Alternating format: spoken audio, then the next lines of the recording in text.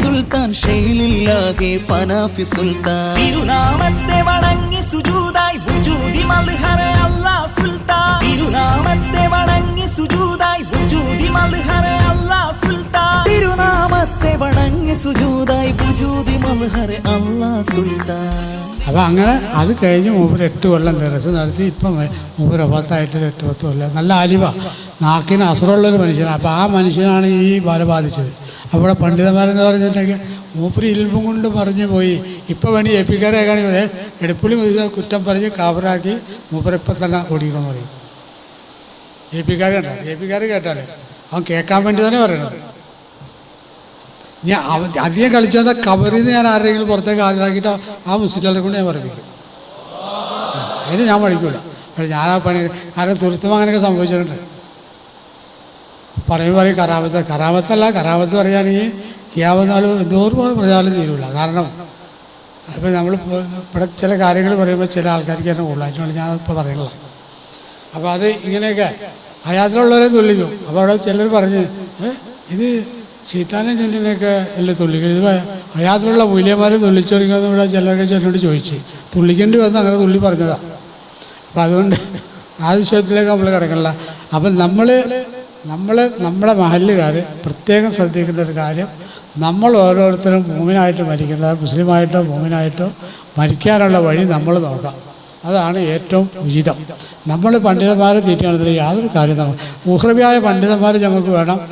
നമ്മൾ പറയുന്ന പണ്ഡിതം വേണ്ടെന്നോ മദ്രസ വേണ്ടെന്നോ പള്ളി വേണ്ടെന്നോ, ഇതിൻ്റെ എല്ലാം മുമ്പന്തിയിൽ ഞാനുണ്ട്.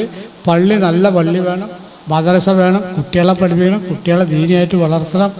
നമ്മൾ ഒരു 6-7 വയസ്സുള്ളപ്പോഴും അപ്പം നമുക്കിവിടെ പള്ളി വേണോ മദ്രസ വേണ്ടെന്ന് ഞാൻ പറയണില്ല. അതെല്ലാം നമുക്ക് ആവശ്യമാണ്. പക്ഷെ നമ്മളെ കുട്ടികളെ വഴിതെറ്റിക്കാതെ പഠിപ്പിക്കണ പണ്ഡിതന്മാർ മദ്രസയിലായാലും പള്ളിയിലായാലും നമുക്ക് വേണം. നമ്മൾ മഹല്ലിൽ നിൽക്കുന്ന ഖതീബന്മാർ ദുആക്കുത്തറുള്ളവരാണ്. അത് മുഅ്മിനീങ്ങൾ മാത്രം ഉണ്ടാവുള്ളൂ. ഇപ്പം നമ്മുടെ കൂട്ടത്തിൽ 10,000 പണ്ഡിതന്മാരുണ്ട്.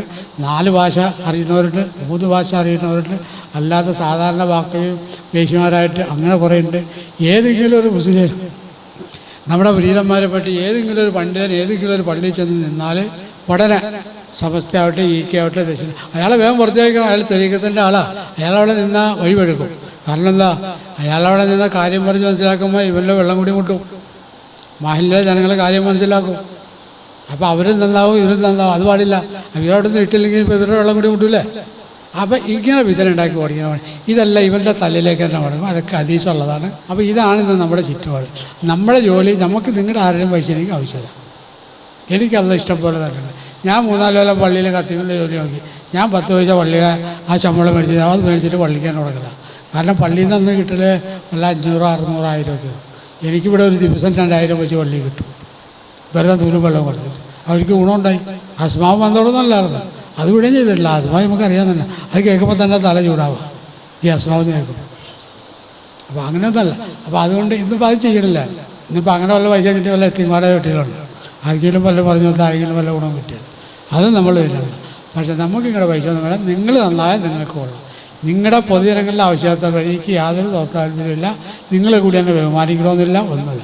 പക്ഷെ നിങ്ങൾ ഓരോ മഹലിലും അതിൻ്റെ സേഫ്റ്റി പണ്ഡിതന്മാരുടെ സേഫ്റ്റിക്ക് വേണ്ടിയിട്ടാക്കിയാണ് നിങ്ങൾ സ്വയം മനസ്സിലാക്കുക.